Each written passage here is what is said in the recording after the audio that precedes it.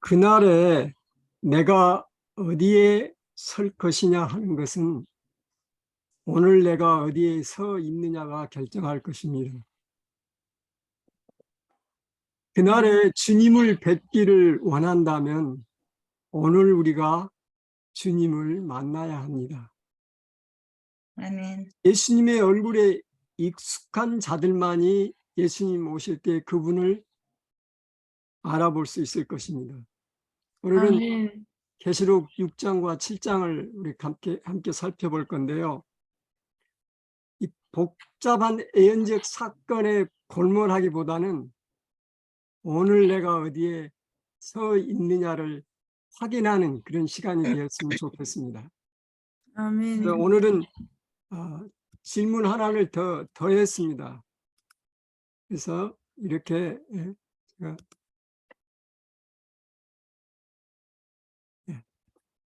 첫 번째 질문은 일곱인의 내용은 무엇인가? 6장은 일곱인에 대해서 소개하고 있습니다.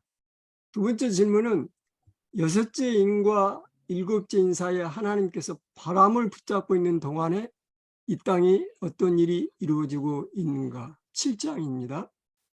세 번째 질문은 어린 양 앞에 흰옷을 입고 서 있는 셀 수 없는 무리들은 누구며 또 어디서 왔는가?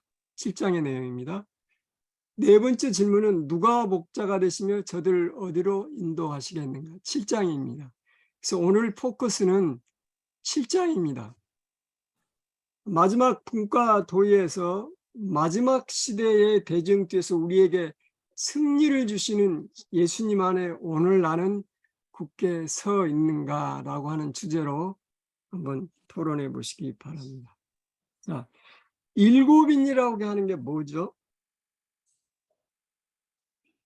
우리가 지난번에 그 두 번째 시간에 일곱 교회에서 이미 공부를 했습니다. 일곱 교회는 사도시대, 초기 사도시대부터 시작해서 예수님의 재림 때까지의 교회 역사를 설명하고 있다고 이렇게 우리가 배웠습니다.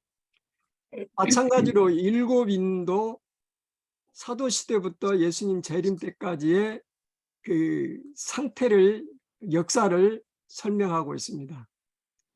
일곱 나팔도 같은 맥락입니다.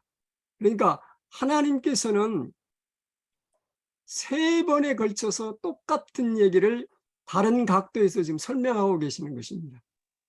왜 그렇게 하시느냐? 한 사람도 실수 없이 그날에 서게 하시기 위해서 그렇게 하십니다. 그래서 한 번만 말씀하지 아니하셔요. 세 번에 걸쳐서 같은 그 시대를 다른 방향에서 설명합니다. 예를 들면 일곱 교회는 교회사입니다. 다시 말하면 그리스도인이 승리할 수 있는 표준이 뭔가, 그리고 승리한 자들에게 어떤 상급이 주어지는가, 곧 예수님의 사업을 표현합니다. 반대로 일곱인은 그리스도인들이 피해야 될 위험, 악이 무엇인지, 다시 말하면 사단이 어떻게 작업하고 있는지를 보여줍니다. 그래서 인으로 딱 봉해졌어요. 그거를 펼쳐 보이시는 것입니다. 비밀을 가르쳐 주시는 거예요. 사단의 비밀을 예수님이 일곱인을 통해서 가르쳐 주신 것입니다. 우리에게. 자, 여기 표를 한번 제가 보겠습니다. 제가 이거 설마 다 설명하리라고 기대하실지는 않으시죠? 표를 보시고 일곱인이 이렇다 하는 것만 제가 설명을 드리겠습니다. 자, 첫째 인에서 일곱째까지 인이 있는데요. 예수님이 5장에서 일곱인을 일곱인을 가지고 계시잖아요. 그래서 그걸 하나씩 이제 봉인된 거를 이제 오픈하시는 것입니다. 근데 첫째 인에는 흰 말이 나타나고 둘째는 붉은 말, 검은 말, 청황색 말이 나타납니다. 여러분 붉은 말하고 청황색 말을 보셨어요? 한 번이라도? 못 봤어요. 못 봤어요. 존재하지 않습니다. 그러니까 다시 얘기하면 이거는 상징적이라고 하는 것을 우리가 곧 알 수 있죠. 그리고 이 인들은 다 이 시대가 일곱 개처럼 첫째는 에베소 교회입니다. 서머나, 버가모, 두아디라, 그다음에 사대, 그다음에 빌라델피아, 라오디게아 이런 식으로 그 역사적 순서로 나옵니다. 그래서 그 시대적인 것을 설명하는데 사단이 어떻게 그리스도인들을 핍박하고 그들을 박해할 것인지에 대한 묘사입니다. 예를 들면 첫째 인에서 흰말이죠. 흰 색깔은 무슨 뭘 상징하죠? 순결을. 순결과 승리를 상징합니다. 여기 이 흰말을 탄 자를 전에는 예수님이라고 묘사를 했는데 요즘 나오는 주석에 보면은 둘째인, 셋째인, 넷째인이 다 하나의 그 상징의 말을 탄 자들이 뭐 예를 들면 붉은 말 같은 경우는 피, 분쟁 뭐 이런 거, 여기 보면 검은 말 같은 경우에는 이 기근, 심한 기근이라든가 청황색 말 같은 경우는 암흑, 종교 암흑 시대 이런 걸 상징하기 때문에 여기 첫째인도 탄 기사는 그 말을 타고 이기고 또 이기고 또 이긴 그게 뭐냐? 그게 복음이라고 하는 것입니다. 그래서 사도시대 교회에 그 짧은 시간 안에 로마 전 세계로 복음이 신속하게 퍼져나갔죠. 승리하고 또 승리하고 복음의 승리를 나타나는 시대를 말한다. 그렇게 얘기하고 있습니다. 자, 이 표를 보시고 나중에 공부를 하시든지 아니면 요즘 성경 통신학교에서 나온 요한계시록 통해서 자세히 공부해 보시고요. 할 얘기가 너무 많기 때문에 6장을 제가 이렇게 요약 정리해 보았습니다. 자, 6장에서 중심 주제는 6장 17절입니다. 우리 6장 17절을 어느 분이 한번 읽어보시고 요약을 해보겠습니다. 6장 17절에 어느 분이 한번 읽어봐 주세요. 그들의 진노의 큰 날이 6장 17절 예. 그들의 진노의 큰 날이 이르렀으니 누가 능히 서리요 하더라. 자, 6장은 여섯째 인으로 끝나면서 질문을 합니다. 누가 능히 서리요? 자, 제가 읽겠습니다. 누가 능히 서리요? 그날에 어디에 설 것인가 하는 것은 오늘 내가 어디에 서 있느냐가 결정할 것이다. 그날에 우리가 시상대에 설 것인가, 체벌대에 설 것인가, 심판대에 설 것인가 하는 것은 오늘 내가 어디에 서 있느냐가 결정할 것입니다. 마땅히 피해야 할 위험과 악을 가르쳐주는 일곱인의 기별의 귀를 기울여야 한다. 감람류와 포도주는 해치 말라는 약속의 말씀을 신뢰하는 자들은 굴과 산 바위틈에 숨지 아니하고 주님 앞에 설 것이다. 그들은 기름으로 상징되는 성령을 통하여 포도주로 표상된 예수님을 통한 구원의 기쁨을 지금 누리고 사는 자들이다. 그들은 자신들을 핍박하는 자들을 위한 개인적인 복수가 아니라 하나님의 공의와 사랑을 옹호하게 한 탄원을 기도를 통하여 날마다 하늘로 올리면서 사는 자들이다. 그들은 항상 기도하며 깨어있는 자들이다. 오늘도 주님 앞에 서는 연습을 한다. 아멘. 여섯째인이 계시록 6장 17절에 끝납니다. 그 다음에 7장에 들어오면 계시록 일곱째 인이 7장 1절에 나타납니까? 일곱째 인이 어디에 기록되어 있어요? 6장이 나오죠. 일곱째 인 8장이에요. 8장 1절에 나옵니다. 그러면 7장은 삽입장이에요. 네. 왜 여섯째 인과 일곱째 인 사이에 7장이 들어가 있을까요? 17절에 퀘스천을 사업을 예. 위해서 인치는 사업을 하기 네. 위해서. 일곱째 인은 예수님의 재림이에요. 네, 맞습니다. 하나님께서는 모든 사람들이 예수님 재림하실 때 구원받기를 원하세요. 그래서 하나님께서는 결코 답을 알려주지 아니하시고는 주님이 오시지 않습니다. 그래서 우리 모든 사람들이 다 답을 알려도록 다 그렇게 하셨어요. 그래서 7장이 먼저입니다. 일곱째 인보다. 답을 알려주시고 다 구원받기를 원하세요. 다 100점 받기를 원하세요. 문제는 알려준 답을 받아 쓰느냐 안 쓰느냐 하는 건 각자의 책임입니다. 아멘. 자, 그래서 오늘은 주제 중심 목표는 누가 능히 쓰리요. 그러니까 예수님 재림 때 누가 구원을 받겠느냐, 누가 쓰겠느냐 하는 건데 그 답을 찾는 것입니다. 10장에서 찾는 거예요. 그게 오늘의 목표입니다.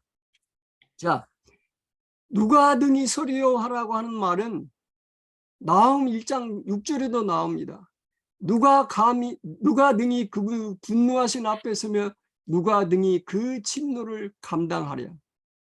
말라기 3장 2절에도 그의 임하는 날을 누가 능히 당하며, 주님 오시는 날에 누가 당하며, 그의 나타난 때에 누가 능히 서리요.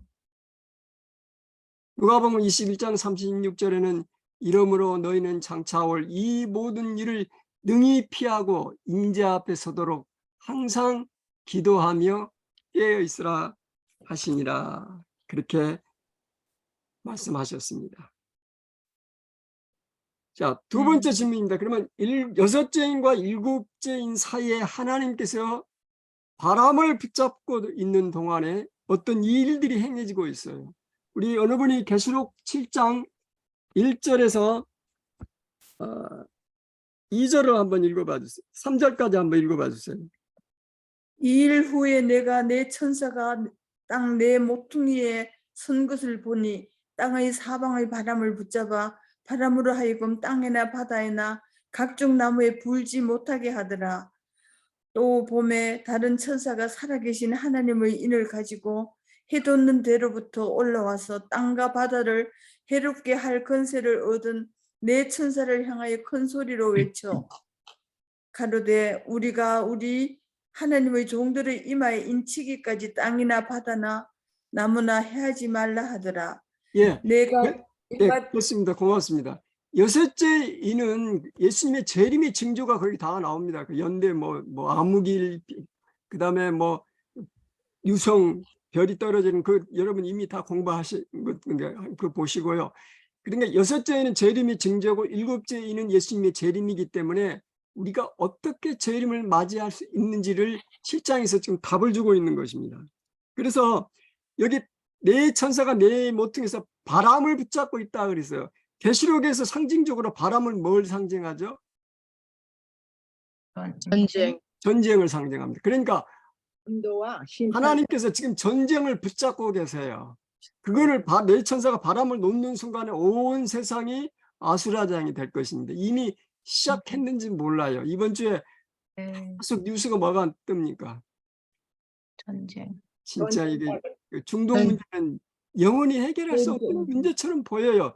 사실 그렇습니다. 주님이 오셔야, 예수님이 오셔야 해결될 수 있는 문제예요. 이 땅에는 답이 없어요. 그죠? 자, 그래서 바람을 붙잡고 계시는데 왜 붙잡고 계셔요? 인치는 사업을 하기 위해서 하나님의 종들에게 종들 그 구원시키시기 위해서, 준비시키고 그분들 구원을 확정시키시기 위해서 그렇게 하시는 것을 인치는 작업을 하시는 겁니다. 그러니까 저와 여러분은 지금 무슨 시대에 살고 있습니까? 인치는 사업. 인치는 시대에 살고 있습니다. 인치는 시대에 중요한 시대에 살고 있습니다. 자, 그러면 아멘. 성경에서 인을 친다고 하는 그 뜻은 무엇일까요? 인을 친다고 하는 것이. 구원의 결정. 자, 인을 친다고 하는 게 도장이잖아요. 네. 세 가지 중요한 그 이유가 있습니다. 도장은 이조와 변경을 보호하기 위해서 인을 칩니다. 예를 들면 예수님이 무덤할 때 봉인했죠. 절대 변경 안 된다. 이조가 안 돼. 변경 안 된다.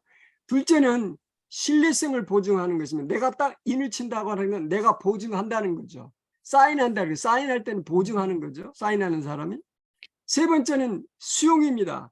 받으셨다고 하는 것입니다. 디모데후서 2장 19절에 인침이 있어 일러서 주께서 자기 백성을 아신다. 하나님께서 그분의 백성들 인을 치셨다고 하는 것은 그분의 백성의 소유로 확정하셨다고 하는 것입니다. 그래서 성령으로 우리를 인치셨어요. 에베소 1장 13절에 보면 약속의 성령으로 인치심을 받았다 그렇게 얘기를 합니다. 그러면 구체적으로 하나님의 인은 무엇일까요? 하나님의 인, 즉 그의 권위의 표현을 너는 나의 백성이다. 네 번째 계명에 나와 있다 했죠. 음. 네 번째 계명에는 여호와가 창조주신 하나님의 이름이며 영토는 하늘과 땅과 바다, 즉 우주 전체이고 만물이 창조주시기 때문에 그 모든 것을 다스릴 권리가 있음이 명시되어 있는 것이다. 하나님께서 말씀하시기를 내가 내 안식일을 주어 그들과 나 사이에 표징을 삼았다고 하였다. 즉 하나님을 존중히 여기고 소유. 그의 말씀에 순종하는 사람들에게만 하나님의 소유라는 하나님이 인이 찍히게 되는 것이다. 하나님의 인은 분명히 10계명 가운데 넷째 계명인 안식일 계명이 분명합니다. 수없이 아멘. 공부하셨어요. 그거 분명합니다. 그러면 질문이 하나 있습니다. 안식일은 하나님의 인이 분명합니다. 그렇다면 안식일을 지키는 자는 모두 하나님의 인을 받습니까? 아니요. 그렇지는 않죠. 자, 교회정원 5권 213페이지에 화입 부인께서 이렇게 말씀하셨습니다. 우리 어느 분이 한번 아니요 하신 우리 강수자 집사님 한번 읽어봐 주세요. 안식일을 지키노라고 안- 공언하는 사들이 누구 읽으라 그러셨어요? 강숙자 아니, 집사님 누가 읽으세요? 강숙자 집사님. 읽으세요. 안식일을 지키노라고 공언하는 모든 자들이 인을 받지는 못할 것이다. 다른 사람들에게 진리를 가르치는 자들 가운데도 이마에 하나님의 인을 받지 못할 자들이 있다. 그들은 진리의 빛을 가지고 있고 그들의 주인의 뜻을 깨닫고 우리의 신앙의 모든 점들을 이해했다. 그러나 그들은 거기에 합당한 행동을 하지 않았다. 예언과 하나님의 지혜의 보화를 그처럼 잘 알고 있던 이 사람들은 그들의 믿음을 실천했어야 했다. 그들은 권속들에게 명령하여 그들을 따르게 했어야 했다. 그렇게 했더라면 질서가 잘 잡힌 가정을 통하여 그들은 세상 사람들의 마음에 진리의 가마를 줄 수 있었을 것이다. 야. 예. 여러분 이런 얘기 저도 음. 많이 들어봤습니다. 안식일을 지키는 일요일 교인이 있고 일요일을 지키는 안식일 교인이 있다. 토요일이라고 하는 날에 내가 들어있는 것이 아니고 내 속에 안식일의 주인이신 예수님께서 좌정하게 하시는 것이 첫째입니다. 그리고 거룩한 안식일인 토요일에 내 속에 계시는 예수님께서 우리의 예배를 받으시도록 하는 것이 필요 충분 조건입니다. 그런 자들에게 하나님이 인이 찍힐 것입니다. 그러니까 두 가지를 다 만족시켜야 돼요. 하나님의 인인 거룩한 안식일을 지킬 뿐만 아니라 그 날을 지키는 게 아니라 그 날의 주인이신 예수님께서 내 삶의 주인이 되셔서 내 삶에 좌정하실 때 하나님의 인이 찍힌다고 하는 것입니다. 그러니까 토요일을 지키는 일요일 교인이라고 하는 얘기는 날은 토요일은 지키지만 그 정신은 안식일 정신 하나도 없어요. 그거를 의미하는 것입니다. 그러나 일요일을 지키지만 아직 그 일요일을 지키는 그 성도들 가운데 믿음의 식구들 가운데 안식일의 정신을 가진 사람이 무수히 많습니다. 저는 그걸 실제로 경험했어요. 뉴욕에 있는 큰 장로교회 한 1000여 명 되는 큰 교회에 가서 이제 예배를 드리고 제가 그때 문서전도 할 때 시간을 얻어서 디스플레이를 하는데 그 한 장로님이 기도를 하시는데 뭐라고 기도하시냐면 하늘에 계신 우리 아버지 오늘 이 거룩한 안식일에 나 안식일 때 와서 예배 드리는 걸 착각을 했어요. 거룩한 안식일에 그렇게 표현합니다. 그분들은 그러니까 일요일을 그분들 거룩한 안식일로 보는 것이에요. 아직 그 깊은 진리를 깨닫지 못한 거죠. 마지막 시대 그런 분들이 다 하나님의 인을 받을 줄 믿습니다. 자, 그러면 하나님께서는 어떤 자들의 인을 치시냐 계속 반복해서 얘기하는 건데요. 계시록 14장 1절에 13절에 보시면 14만 4천인, 이제 10장에도 14만 4천이 나오죠. 14만 4천인이 나오는데 거기에 특성이 나옵니다. 마지막 시대 다음 수요일에 계시록 14장을 공부하겠습니다. 그때 좀 자세히 설명을 드리겠습니다. 계시록 8장에서 13장까지는 죄송하지만 여러분들이 자습을 해주시면 고맙겠습니다. 시간이 없어요. 그래서 혹시 기회가 되면 뭐 할 수 있으면 좋겠지만 못하더라도 여러분들이 이해해 주시고 자습을 해 주시면 좋겠습니다. 그래서 8장에는 8장 9장은 일곱 나팔이 나오고 10장 11절에는 11장에는 거기는 중요한 예언, 재림교의 신망, 대신망 사건도 나오고 해를 입은 예수님의 모습도 나오고 12장에는 대징투의 시종을 거기 묘사되어 있고요. 13장에는 복합 짐승과 미국의 그 촛불 가진 어린 양 같은 짐승이 나옵니다. 굉장히 중요한 과목들인데 스킵할 수밖에 없어요. 14장이 중요하기 때문에. 그래서 다음 수요일에는 14장을 공부하겠습니다. 거기 14장에 보면은 하나님의 인을 받을 조건이 세 가지가 나오는데 제가 판단할 때 저는 3F로 표현을 합니다. Follow the Lamb, 어린 양을 따르는 자. First fruit to God and to the Lamb, 첫 열매가 된 자. Found no deceit, 흠이 없는 자. 이 세 가지 나중에 좀 설명을 드리겠습니다. 오늘 포커스는 세 번째 질문입니다. 어린 양 앞에 흰 옷을 입고 서 있는 셀 수 없는 무리들은 누구이며 또 어디서 왔는가 하는 것입니다. 자, 7장에는요 14만 4천이 나옵니다. 그리고 셀 수 없는 무리가 나와요. 두 부리가 나오는데요. 이제 해석이 이제 시간이 지날수록 조금씩 변경돼요. 옛날에 해석한 것과 조금 세상은 좀 다르는데 이렇게 해석합니다. 14만 4천인과 셀 수 없는 두 무리는 다른 무리들이지만 예를 들면 14만 4천인은 예수님 재림 때 살아서 주님을 맞이할 특별한 무리고 셀 수 없는 무리는 창세부터 예수님을 믿고 구원받는 무리, 그러니까 셀 수 없는 무리에 14만 4천이 포함된다 그렇게 해석합니다. 전에는 포함되지 않고 별도로 해석하고 있고 여러 가지 해석이 있어요. 그러나 그게 중요한 게 아니고 흰 옷 입는 것, 14만 4천이든 셀 수 없는 무리든 흰 옷을 입습니다. 그 흰 옷을 입는다고 하는 것은 뭘 얘기하는 건가? 구원받은 사람들이 다 흰 옷 입죠. 예. 그래서 지금 장로가 질문을 합니다. 계시록 13장에 7장 13장에 24장로 중에 한 분이 질문을 해요. 이 흰 옷 입은 자들이 누구며 또 어디서 왔느냐? 요한에게 질문해요. 그러니까 흰 옷 입은 자 누가 구원을 받을 수 있느냐 하는 거죠. 구원을 받을 사람이 누구며 이 사람들이 어디서 왔느냐 이거죠. 요한의 답변이 이렇게 합니다. 내가 가로되 내 주여 당신이 알리다 하니 장로가 답변합니다. 그가 나더러 이르되 이는 큰 환난에서 나오는 자들인데 어린 양의 피에 그 옷을 씻어 희게 하였느니라. 그래서 흰 옷입니다. 두 가지 조건처럼 보이지만 하나입니다. 어린 양의 피, 곧 그리스도의 의입니다. 이 어린 양의 피에 그 옷을 씻어 희게 한 사람들은 환난을 통과한 사람들이에요. 오늘 제가 두 가지 이야기를 하겠습니다. 이 두 가지 이야기 속에서 힌트를 좀 얻으시기 바랍니다. 여러분들 이미 잘 아시는 이야기예요. 하나는 이것입니다.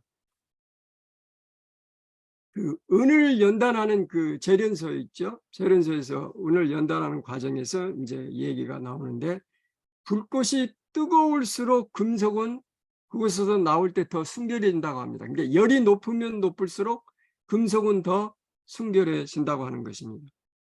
그렇다면 그 은을 꺼낼 순간이 언제냐? 언제 은을 꺼내냐 하는 거죠. 그 불꽃 속에서. 그때 말하기를 그 불꽃 속에 들어간 은에 자기의 얼굴을 비춰보면 얼굴이 그 은 속에 비춰질 때 그걸 꺼낸다고 하는 것입니다. 그때가 완성됐다고 하는 거예요. 이 얘기는 우리들의 삶 속에서 예수 그리스도의 얼굴이 다른 사람에게 보여질 때 우리는 준비가 되는 것입니다. 다른 사람이 나를 볼 때 나를 보지 아니하고 예수님을 바라보는 것. 그때 우리는 구원받을 준비가 됐다고 하는 것입니다. 우리 불 가운데서 구원받은 다니엘의 세 친구 생각나시죠? 풀무불, 용광로. 이거 생각하면 꼭 그 친구들이 생각이 나요. 뿐만 아니라 욥기 23장 10절에 보면 나의 가는 길을 오직 그가 하시나니 나를 단련하신 후에는 내가 정금같이 정금같이 나오리라. 욥의 고백이, 제 고백이, 여러분의 고백이 되면 얼마나 좋겠습니까? 아멘. 정금같이 나오리라. 욥은 사기 교과 제3가 서론의 36쪽에 이런 말씀이 있습니다. 하나님은 때로 우리 자신을 자신만의 안주지대에서 불러내어 당신의 증인이 되게 하신다. 컴포트 존을 벗어나야 된다. 자, 두 번째 이야기는 어린 양의 피에 그 옷을 씻어 희게 한 자입니다. 인도에서 있었던 얘기인데요. 밖에서 물을 지고 오는데 양쪽에 지게에다가 양쪽 항아리에다가 물을 지어가지고 물을 지고 오는데요. 항아리 두 개를 매달고 물을 지고 오는데 한 항아리는 금이 좀 갔어요. 그래가지고 물을 실컷 담아가지고 집에까지 오면 문물에서 물을 다 집에까지 오면 물이 거의 다 쏟아지고 3분의 1도 안 남는 거예요. 그러니까 항상 그 금이 간 항아리는 주인에게 미안해서 죄송하다고 자꾸 그럽니다. 근데 그 온전한 항아리는 항상 뽐냅니다. 나 좀 보라고. 나처럼 이렇게 주인에게 온전한 물을 받자는 게 나를 좀 다 본받아라고 그렇게 뽐냅니다. 그래서 하루는 이 금이 간 항아리가 주인에게 자기 그 마음을 토로하죠. 죄송합니다. 이렇게. 주인이 뭐라 그래요? 괜찮다. 괜찮다. 왜요? 그래, 물을 줬어.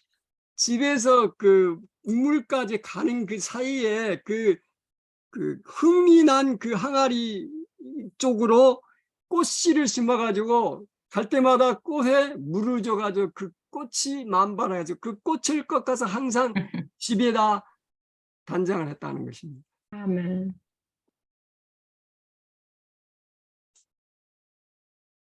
내가 가로되 내주여 당신이 알리다 그가 나다 하니 그가 나다 이르되 이는 큰 환난에서 나오는 자인데 어린 양의 피에 그 옷을 씻어 희게 하였느니라. 우리 각자는 우리 자신만의 흠이 있다. 그러나 하나님께서는 우리의 갈라진 것과 불완전 것을 사용하실 수 있고 다른 사람을 풍요롭게 하도록 승화시킬 수 있으시다.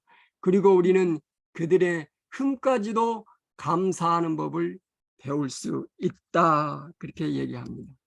아멘. 구원을 받은 자들이 새 하늘과 새 땅을 요구할 수 있는 유일한 자격은 은혜로 말미암아 그들에게 주어진 그리스도의 의뿐이다. 자, 네 번째 질문입니다. 누가 목자가 됐으며 저들을 어디로 인도하시는가? 계시록 7장 17절입니다. 6장에도 17절로 끝나고 7장에도 17절로 끝나죠. 이는 보좌 가운데 계신 어린 양이 저희의 목자가 되사 생명수 샘으로 인도하시고 하나님께서 저희 눈에서 모든 눈물을 씻어 주실 것입니다. 누가 우리의 목자가 되셔요? 어린 양. 어린 양이신 어린 예수님이 양이 목자가 목자가 되시고 우리를 어디로 인도하십니까? 생명 생명수 샘. 생명수로 인도하십니다. 신약에도 예수님을 묘사한 말이 있어요. 선한 목자. 요한복음 10장 11절에 여기 굿이라고 영어 단어 굿이라고 하는 단어에 보면 굿 세상에 좋은 것들이 너무 많죠. 아무리 세상에 좋은 것들이 많더라도 마이너스 갓 하나님이 계시지 않으면 뭐예요? 제로. 제로 나승이에요. 그러나 세상에 좋은 것이 아무것도 가진 것이 없어 제로가 된다 할지라도 하나님이 계시면 뭐예요? 굿. 그 G-O-D 굿이 되는 것입니다. 히브리서 13장 20절에는 큰 목자라 그러죠, 예수님을. 베드로전서 5장 4절에는 목자장이라 그러셨어요. 예수님은 우리의 선한 목자실 뿐만 아니라 큰 목자이시고 목자장이십니다. 기억하시기 바랍니다. 7장을 이렇게 정리해 보겠습니다. 우리 아까 박티나 집사님 한번 읽어봐 주세요. 네, 창념과 탄상 제 계시록 7장 14만 4천인과 셀 수 없는 큰 무리는 구원을 얻은 자들이다. 그들의 이마에는 하나님의 인이 찍혔고 그들은 큰 환난을 통과하였고 어린 양의 피에 그 옷을 씻어 희게 한 자들이다. 어린 양이 그들의 목자가 되셔서 그들을 생명수 샘으로 인도하시고 저희 눈에서 모든 눈물을 씻어 주실 것이다. 나의 이마에 하나님의 인이 찍힌 사실을 어떻게 알 수 있을까? 어린 양이 어디로 인도하시든지 따라가는 자들이다. 처음 익은 열매로 하나님과 어린 양에게 속한 자들이다. 그 입에 거짓말이 없고 흠이 없는 자들이다. 이것은 스스로의 노력으로 이루어지는 일이 아니라 갈바리아 십자가에서 흘리신 주님의 보혈이 내 속에서 흐를 때 가능한 일이다. 아멘. 여러분 이제 아멘. 말씀을 마치면서 제가 질문을 드립니다. 계시록 6장 17절에 있는 말씀으로 질문합니다. 진노의 큰 날에 누가 능히 서겠습니까? 확실한 답을 얻으셨습니까? 성경적으로 답을 한번 해보십시오. 계시록 6장 17절의 질문에 대한 계시록 7장의 답이 어디에 있습니까? 1장 14절. 예, 우리 강수장에서 한번 읽어봐 주세요. 내가 가로되 내 주여 당신이 알리이다 하니 그가 나더러 이르되 이는 큰 환난에서 나오는 자들인데 어린 양의 피에 그 옷을 씻어 희게 하였느니라. 7장 14절이 답입니다, 여러분. 네. 7장 14절은 제가 영감을 얻은 성경절입니다. 기도의 날 1년에 한 번 하죠. 언제 하죠? 7월 14일 7월 7월 14일 합니다. 14일. 왜 7월 14일 하냐? 글씨. 역대하 7장 네. 14절, 이사야 7장 14절, 계시록 7장 14절에서 영감을 받아서 그날을 정한 것입니다. 기억하십시오. 7월 14일, 7장 14절, 역대하 7장 14절, 이사야 7장 14절, 계시록 7장 14절이 답입니다. 땅에서 발생되는 인생의 모든 문제에 대한 하늘의 답은 세상 죄를 지고 가는 하나님의 어린 양이신 예수님입니다, 여러분. 아멘. 여러분 답을 안다면 우리의 인생의 어떤 인생의 문제 앞에서 당당하게 살아갈 수 있습니다. 아멘. 폭탄이 떨어지는 가자 지구의 어느 한 모퉁이에 서 있는다 할지라도 당당하게 설 수 있습니다. 왜냐하면 그날에 주님 앞에 설 수 있기 때문입니다. 아무쪼록 우리는 저와 여러분 이미 답을 가지고 계십니다. 얼마나 너키한 사람들입니까? 얼마나 행복한 사람들입니까? 재림 성도로서 이 답을 세상 죄를 지고 가는 하나님의 어린 양 예수 그리스도 이 답을 세상에 보여주면서 당당하게 사시는 저와 여러분이 되시기를 바라면서 오늘 말씀을 마치겠습니다. 감사합니다. 북아토이는 마지막 시대의 대쟁투에서 우리에게 승리를 주시는 예수님 안에 오늘 나는 굳게 서 있는가에 대해서 토론해 주시기 바랍니다.